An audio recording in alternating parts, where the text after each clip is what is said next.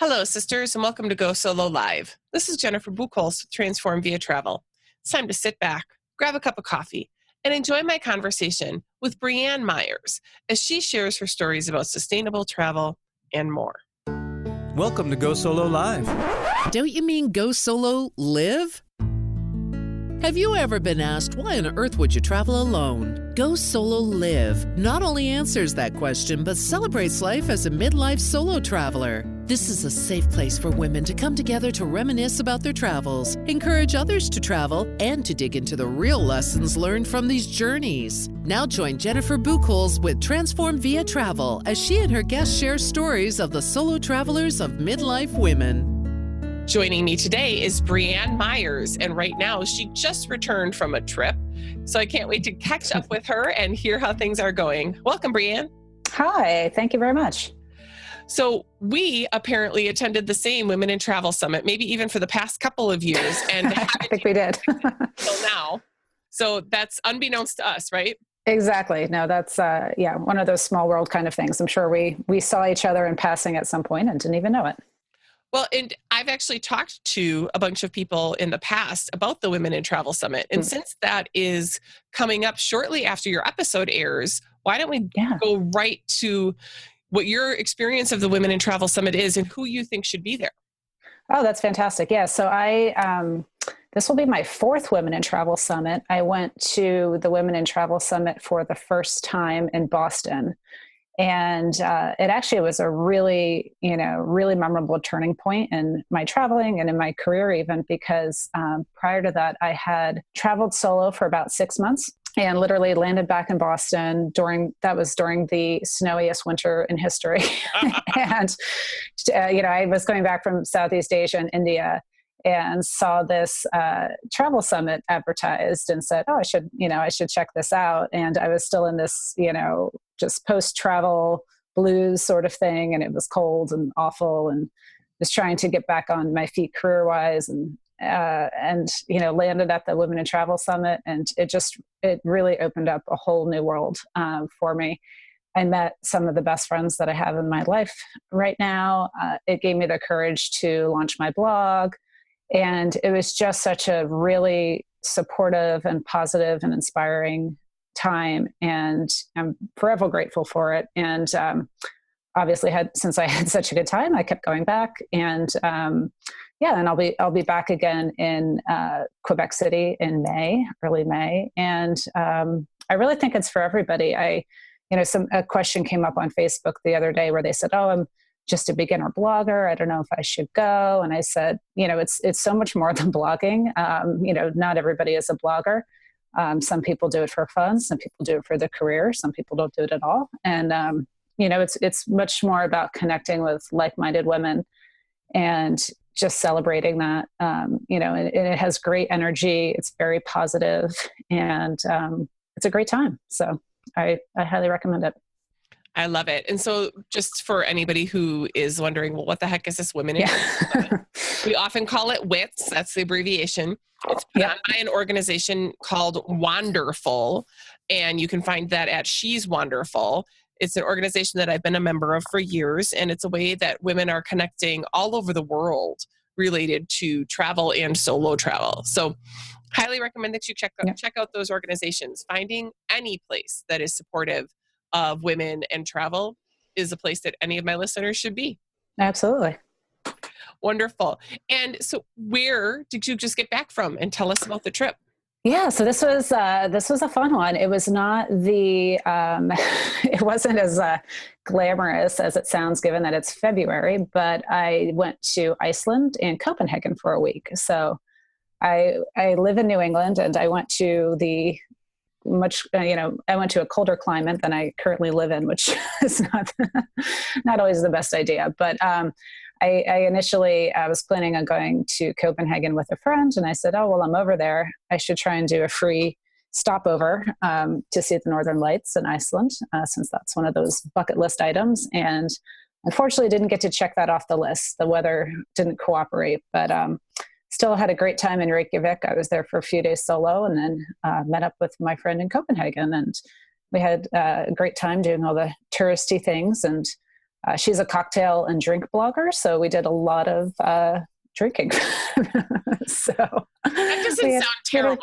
No, it was not terrible. It was not a terrible time at all. So we enjoyed ourselves.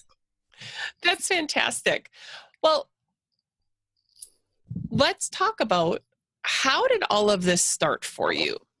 You know, what was your inspiration, and where did some of that come from, that you got bit by the travel bug and now you've turned it into what you do? Yeah. So I guess, going back to the beginning, my parents are both retired teachers. And so we weren't big, extravagant travelers growing up. But we did a lot of exploration locally and did a lot of road trips, did a lot of historical sites, museums, cultural sites. And it's a big joke that me and my brother have seen every battlefield on the East Coast. So we've toured a whole bunch of cheese factories. Oh, okay. And So, I guess so depends on where you grow up. Yeah. Exactly. So I have the battlefields covered. And it, my parents I credit with really opening my eyes to, a whole kind of the broader world. We always watched the news together. We did a lot of reading together, and I always was very inquisitive and always wanted to learn everything. And even though my parents weren't big travelers, they still kind of inspired that and encouraged that in me. And we did actually, my dad being a history teacher, we did do a family vacation to China when I was a tween. So that was pretty exciting. That's a big difference. Yeah. And so my dad brought he took his history class, or students from his high school, and was able to bring my brother and mom and I along. So that was pretty pivotal. And then, from there, it kind of, it was like shooting me out of a cannon. There was no turning back. And, was lucky enough in high school. I did the week in Europe trip with, a class, and then studied abroad in college. So those were pretty, formative, years. And to have those experiences, obviously I was very lucky. And then as an adult, it just kept going from there. Once I was an independent and working adult, I did, everything I could to keep the momentum going and do whatever I can. I did whatever I could to travel. And, it wasn't always, the most luxurious or destinations. I think my first solo trip was actually to Atlanta. So I started small and kind of worked my way up from there. Well, tell me a little bit about that first trip then.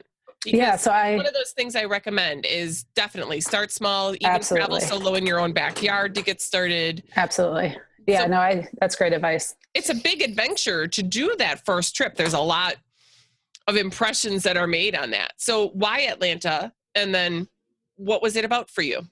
Yeah, no, I agree. I always tell people to start small and start in their own backyard and just kind of build up the confidence. I had, I think I was 22. I had graduated from college and relocated by myself to Boulder, Colorado, and had a work trip in Atlanta, and was there during the week for work, and decided to stay the weekend and do some sightseeing. I had never been to Georgia or Atlanta before. And so it was an add-on trip. Exactly. It was an add-on.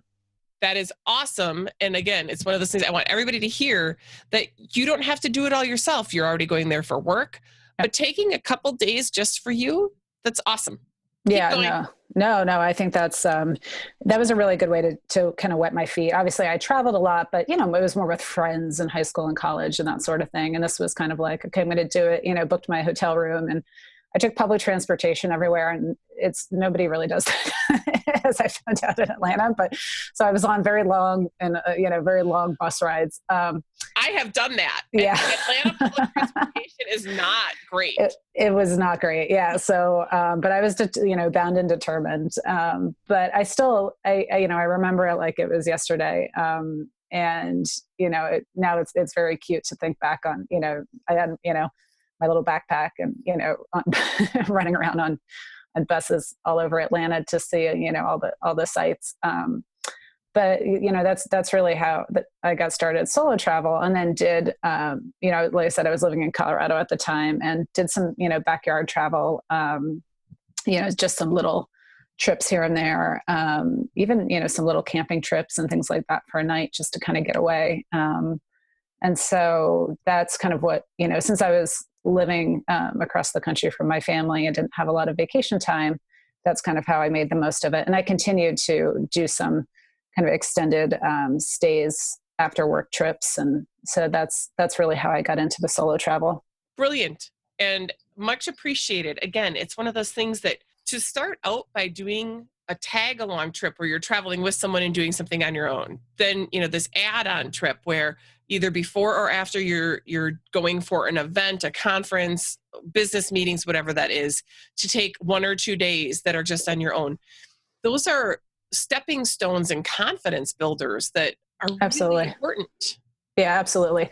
I think, I see and hear a lot from women that, they just feel so overwhelmed, like, oh, I could never do that. Or, and I'm like, you don't need to go, hike Mount Kilimanjaro your first time out the door, you can, check out, a local resort you've been wanting to check out, or, just something within driving distance, and see how it feels, and then work your way up from there. And so that's really what I encourage people to do. Well, and a lot of people haven't spent a lot of time alone with themselves. Exactly. Yeah. And, the more that you grow your family and your work or whatever, that downtime doesn't come as frequently. And one of my past guests, Laura Kay, was talking about how her initial stepping stones was probably once a quarter. She would just drive to like an Airbnb that she used regularly, but it had a beautiful hot tub and it was close to a lake. And it was just one of those things that she created her own little sanctuary out of an Airbnb that she loved within driving distance of home. Wow. And would take her own personal retreat alone. Like, well, why not? And Why it not? doesn't Yeah. have to be a huge investment. Like, Exactly. It's drivable. Yeah. You can bring your own wine. Bring your own food, Right? And, and you can have interaction with other people, but you don't have to. So, right. No, I think that's great. And I think that's important for women to remember that, just how important it is to, take that time away for yourself, obviously. And, just be able to kind of get, familiarize yourself with yourself again after, especially if you've been focused outwardly on other people or, jobs or whatever your life stressors are, that to be able to take a step back like that is very, very valuable. And it's not selfish. It's, I would say very, very necessary. right. We really try to redefine the idea of it being selfish as more like self-care. Exactly. Yeah. And a necessary part of every person's experience. So many times gentlemen will say, well, men need to travel solo too. They do. I'm not. Yeah, go for it. Yeah. Have at it. But so no matter who it is, taking that time to just be with yourself is really important. Absolutely. Where did your love for sustainable travel come from? That's another thing that's always been a part of my life. I think having an interest in the environment in particular was something that I, as early as I can remember, I had, very, very strong love of animals and, help, recycling and doing all those things to help the environment. And was also very, always very philanthropically minded. Always it was part of my family to give back, to volunteer, to be active in our community. And so, those are just values that I grew up with. Then as an adult, most of my professional career has been in nonprofit management, working with nonprofits.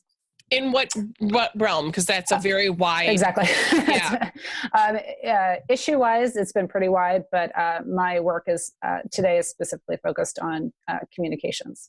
So I do communications consulting for nonprofits, most of them around the Boston area, and a lot focused on education, economic development, a wide variety of issues, and even some environmental ones as well. But helping them share their stories and get the word out there so they can raise awareness and raise money, all those good things. Yeah. So, so the sustainable travel was just a real natural extension of my personal values and my career, my professional life. That sounds fantastic. What has been some of the most meaningful things that you've done when it comes to the sustainable travel? For me, I think it's really, like I always say, stay local, eat local, shop local, do everything local as much as possible. So you're really supporting the local community. You're really making sure your tourist dollars are, being spent, well, and really going straight into the pockets of the people who, need the tourist revenue, and that they're not going to, people in the capital or, investors overseas or anything like that.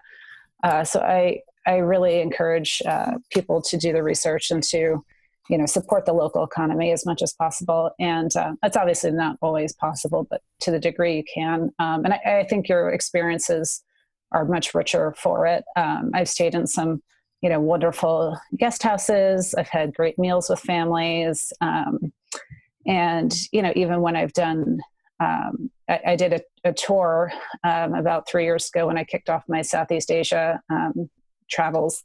I started out with a tour for 2 weeks, a group tour, and it included a homestay with the family. And nice. And so that was very memorable, really important. And I, something like that, it allows the people in this village to stay in their village because they're getting the income from the tour company, and they haven't had to, leave their lifestyle behind, their livelihood, and, move to the city. They've been able to support themselves staying where they are. They haven't had to resort to any sort of negative activities like, deforestation or anything like that. So, so I always, eat street food. That's kind of a fun one.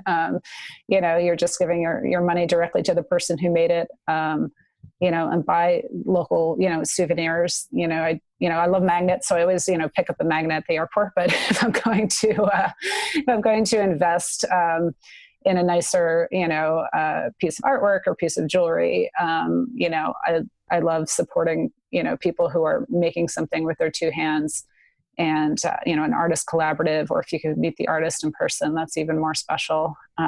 So, I have lots of, little trinkets and art and jewelry and things like that around my house that carry a lot of nice memories. And, it's even better that they were able to support someone. That makes a huge difference. And one of the things, there's people who probably might shy away from the idea of a homestay. Mm-hmm. Can you share a little bit more about why you think that's an important part of the experience? Yeah, I think, I think it really can be, and it doesn't have to be all or nothing. You can do, a one night here or one night there. But you can have, those connections that you make are so important, and you're going to learn so much more than staying, everyone likes a nice hotel room. I like a nice hotel room as well. Everyone likes to put their feet up with, a glass of wine and, watch a movie, but that's fine every now and then.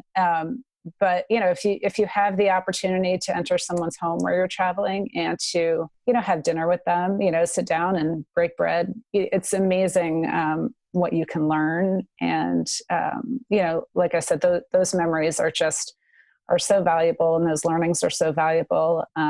So, even better if you can spend the night and see how people go about the routines, I think is also very valuable. And, it's one of it sounds cliche, but it is it's one of those experiences that brings you together and makes you realize how much you have in common with people who are so different from you and live half a world away. I agree. I actually was very fortunate. I wouldn't have called it a homestay, but it was. Mm-hmm. When I went to Fiji, I stayed in an Airbnb, and it was a local family, and that renting, their daughters were grown, so they were now empty nesters. And so they were renting out their daughters' rooms to, supplement their income. And it was a wonderful Indian family. and they had very specific customs, and it was clear because you read about them in the description, about taking your shoes off, and not just that you have to take your shoes off, but what that means to them and why. So it was much better than these are the house rules. It was very helpful. And absolutely. Their customs and traditions were things that I was able to take part in. And it was one of those experiences where they just wanted you to truly enjoy their home, their hospitality, the food, and the overall experience. I mean, the gentleman picked me up at the airport. He wanted to make sure I felt safe. Wow. All of it. And so you become a bit of their extended family, and they've had travelers from all over the world. So their worldview and experience has broadened as well. I find out you just end up having such fascinating conversations, and it's really special. That is the best way to describe it. I agree. How exciting. Well, so in addition to what you do with the sustainable travel and your views on some of that, food has continued to be one of the things that your blog tips its hat to. Yeah. And you've actually picked some favorite food towns. And what I love about this is I love food. And, when I'm in the US, one of the ways that I decide where to go eat is based on diners, drive-ins, and dives by Guy Fieri. Yeah. For good or bad, I try to include at least one of those on a trip. But for example, one of your spots is Bulgaria. Well, that was a guest post, so I didn't do that. But I haven't been to Bulgaria yet. Yeah, no, that's okay. So that is on the list, though, because Bansko, Bulgaria sounds like an awesome town. And but the reason I decided to start soliciting these posts from other bloggers to hear about their favorite food towns and best places to eat was that, I think as an extension of, like I said, the homestays and encouraging kind of local experiences and local travel, that I think food is such a connecting point for people.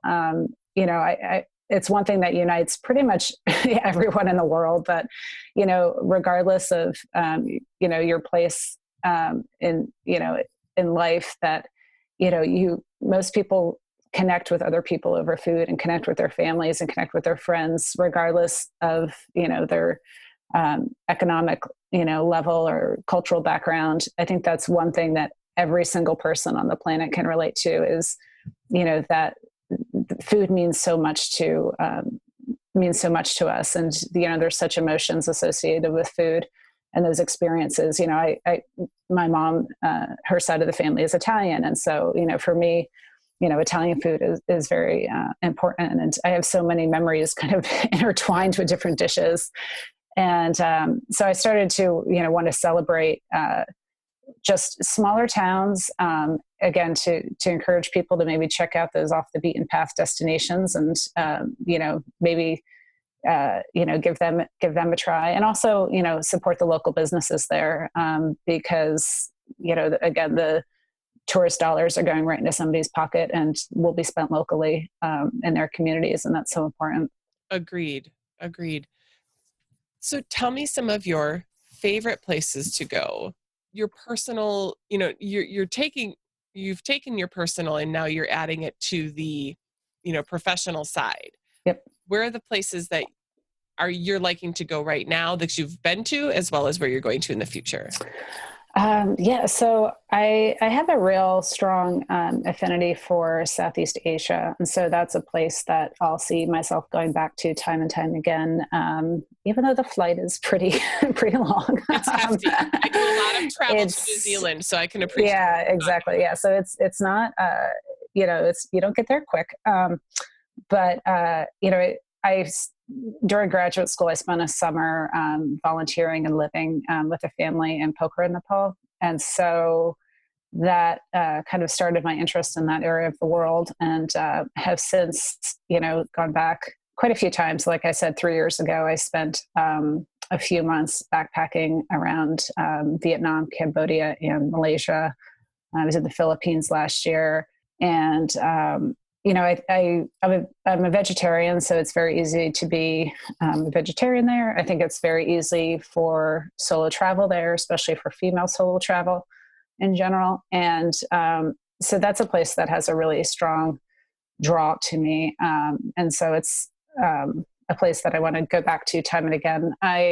Indonesia is probably the highest on my list right now for going back because I have some friends living there. So that's pretty high on the list. I also have some friends living in New Zealand. So that, and again, I want to make sure I have the time to do that right. And so hoping to get, to do a nice chunk of time there, perhaps early fall, and be able to see them. That sounds great. Now, when you're saying that you have friends in these places, yeah, right? Very lucky. To how do we meet friends? How are we doing this over social?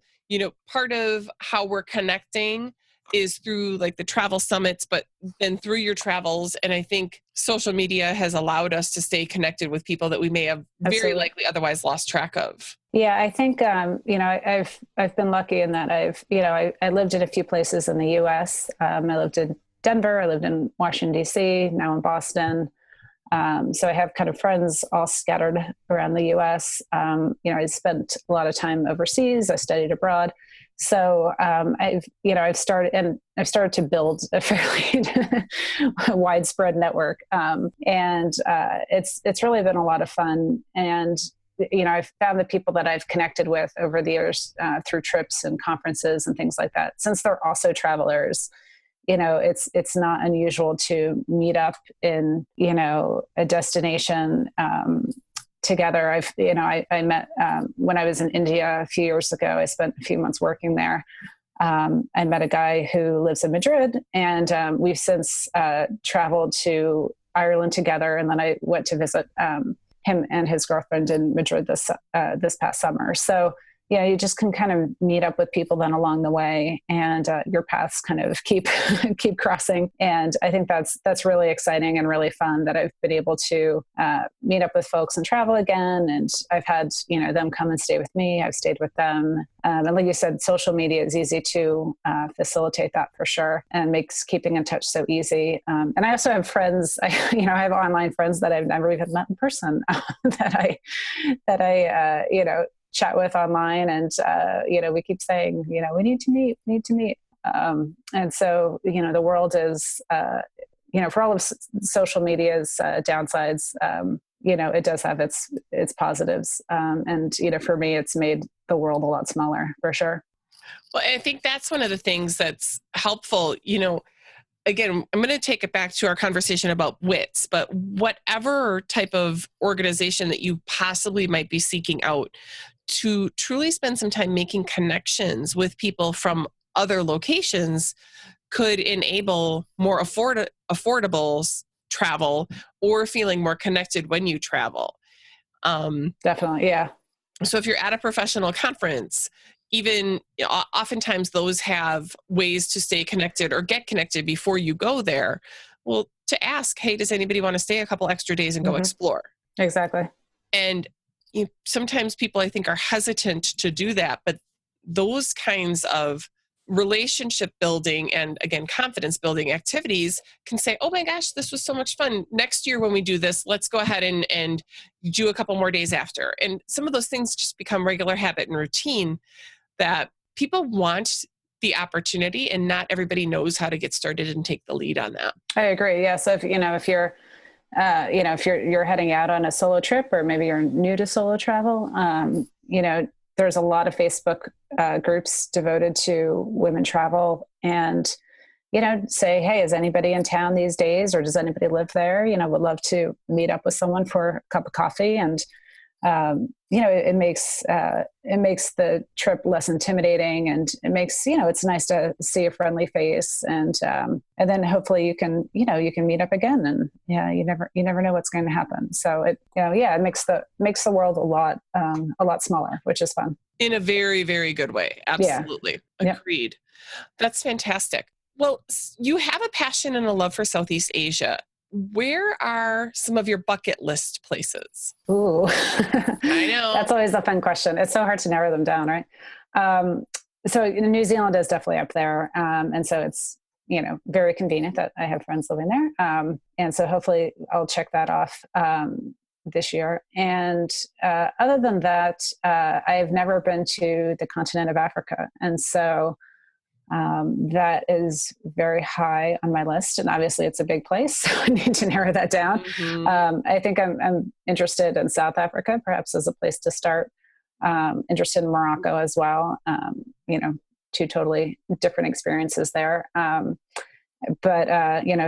that's always on the radar. Like I said, Southeast Asia, anytime I can go back there, is a good, I welcome that opportunity. But then recently I've done a few trips to Central and South America as well. And, I really like, every time I go there, I feel more and more comfortable with, traveling around there. There's some countries, Bolivia is really high on my list. I think the salt flats sound pretty cool. I just had somebody asking me about the salt flats and I was clueless. So that required some investigation, but it was so fun because you can check out, there's some very cool pictures you can take there. That's exactly what he was looking for. It was really neat. And I said, you don't know what you don't know.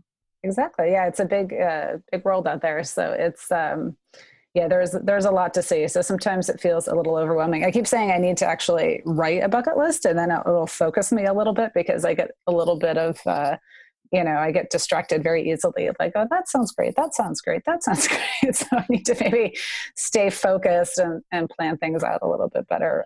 Right now, I just kind of fly by the seat of my pants as trips come up and, friends want to go places or, I just say that I'm an opportunistic traveler and exactly. When things come up, they come up. Yeah, that's how I am. I mean, I haven't been very strategic about it.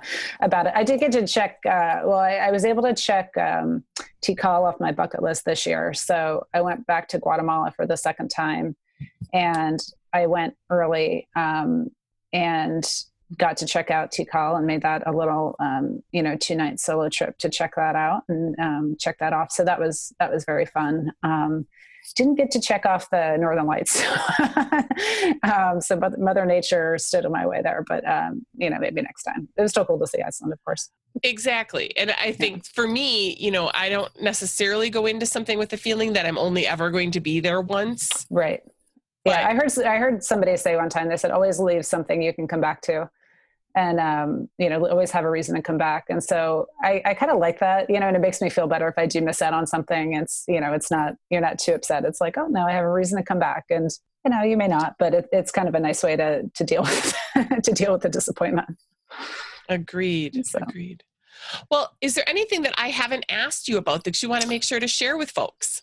Wow. So, we've covered a lot of it. I think, I think the one, kind of my story, I guess, of my 30s was really, that I kind of touched on a little bit, but it was really, about 3 years ago now where I kind of took a step back from the path I was on and really, shook things up a little bit. And, it obviously, it took a lot of, I guess, guts, now looking back, and it's, continues to take some guts and, but I don't regret it at all. And, it's been a pretty wild ride. So yeah, I mean, most of my 20s and like most people, I was very focused on building my career and attending grad school and getting promotions and kind of was very job and career focused. And then, I ended up leaving a job that wasn't a good fit. And, from there I said, I took a little bit of a break. That's when I went to Southeast Asia and India for about 6 months. And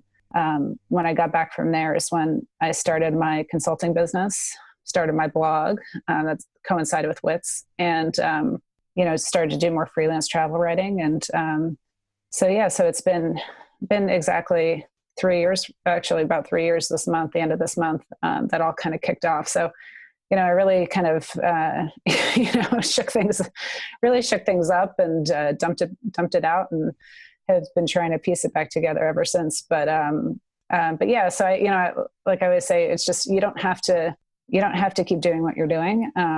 And, just take a chance, I guess, is, what I tell people. And you can always course correct and self-correct and, nothing's permanent. And so it's worth trying if you've wanted to, try solo travel or try a little career break or try moving overseas. For the most part, you can try it. And, obviously everyone has different responsibilities and so forth, but if it's something that's kind of eating at you and that you've always wondered, try and find a way to make it happen, even for a short period of time. That sounds fantastic. So, yeah. Wonderful. Well, make sure that people know where to find you. Can you tell everybody what's the best way to connect with you? Sure.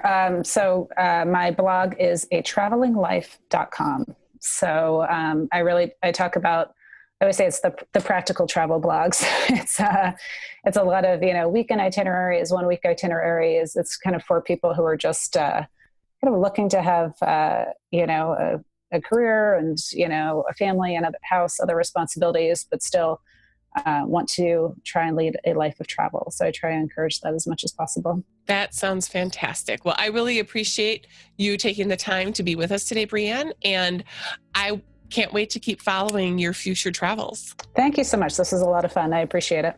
Wasn't it great to hear the stories that Brianne shared with us today? I love when we talk about connecting, building your network, add-on travel, tag-along travel. All of those things enable us to find ways to do solo travel without making it seem like it's so big and overwhelming that we just choose not to do it. If you love these stories and want to help support Go Solo Live, you can do that by making a small financial contribution to the show. There's lots of options with some great gifts of appreciation at www.patreon.com/GoSoloLive. That's patreon.com. Stop by and show the love. We've reached the end of another episode, but the conversation doesn't have to end there. I love interacting with you on Twitter at Go Solo Live, and please remember to share your favorite episode with a friend. Until next time, remember, go solo, not alone.